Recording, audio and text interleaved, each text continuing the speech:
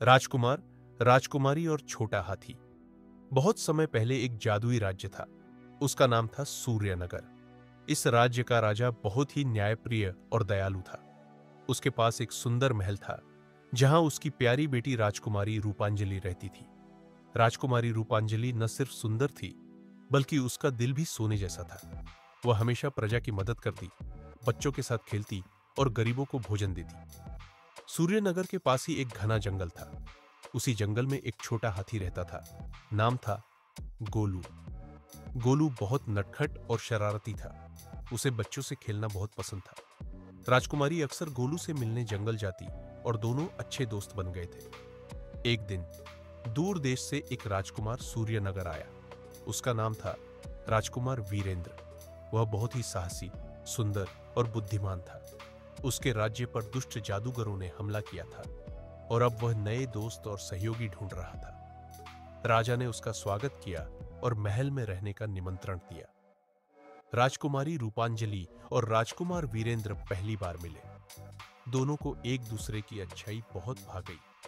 गोलू छोटा हाथी जब राजकुमार से मिला तो वह पहले तो डर गया, लेकिन जल्द ही गोलू और वीरेंद्र भी अच्छे दोस्त बन गए। लेकिन सुख शांति ज्यादा देर नहीं रही। जंगल के अंधेरे हिस्से में एक दुष्ट जादूगर रहता था।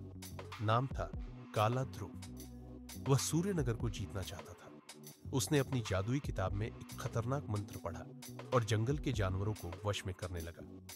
शेर, भेड़िए, गिद्ध सब उसके आदेश मानने लगे। उसकी योजना थी, पहले सूर्यनगर को घेर लो, फिर राजा को बंदी बना लो और राजकुमारी को अपने कब्जे में कर लो।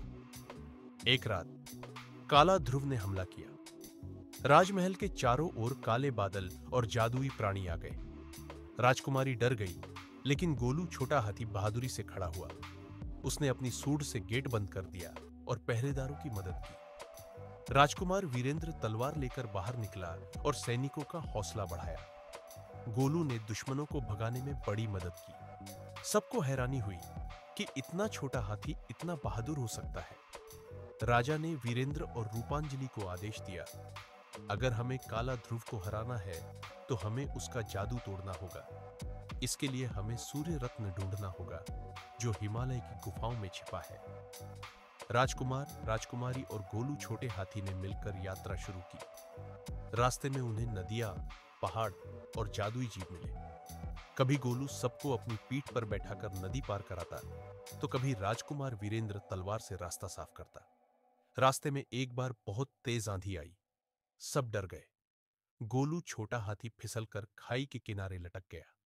राजकुमारी रूपांजलि ने बिना सोचे समझे उसका हाथ, सूंड पकड़ लिया और बचा लिया। गोलू रो पड़ा, राजकुमारी, आप मेरी सच्ची दोस्त हो।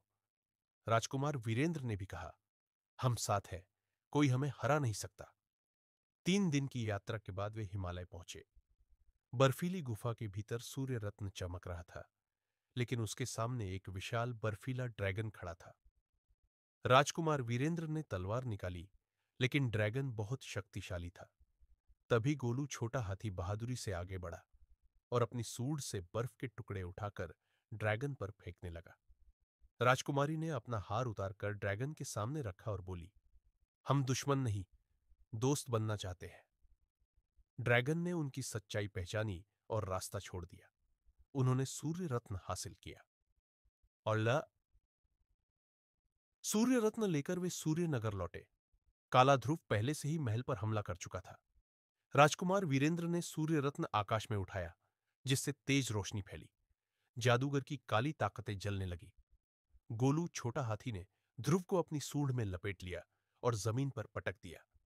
राजकुमारी रूपांजलि ने प्रार्थना की, सत्य और प्रेम की जीत हो। जादूगर की शक्ति समाप्त हो गई और वह धुएं में बदलकर गायब हो गया। सूर्यनगर फिर से शांतिपूर्ण हो गया। राजा ने राजकुमार वीरेंद्र का धन्यवाद किया और उसका विवाह राजकुमारी रूपांजलि से कर दिया। शादी में पूरे राज्य के लोग शामिल हुए। गोलू छोटा हाथी भी फूलों की माला पहनकर सबका ध्यान खींच रहा था। राजकुमारी और राजकुमार ने कहा, हमारी जीत सिर्फ बहादुरी से नहीं, बल्कि दोस्ती और विश्वास से हुई। उसके बाद राजकुमार वीरेंद्र और राजकुमारी रूपांजलि ने मिलकर राज्य संभाला। राजा बूढ़े होकर भी चैन से रहे। गोलू छोटा हाथी राजमहल का अभिन्न हिस्सा बन गया। बच्चे उससे खेलने आते और वह सबका प्यारा बन गया। सूर्यनगर में लोग हमेशा कहते, सच्चा दोस्त वही है जो मुश्किल में साथ दे, और वीरता का आकार बड़ा नहीं, दिल से होता है।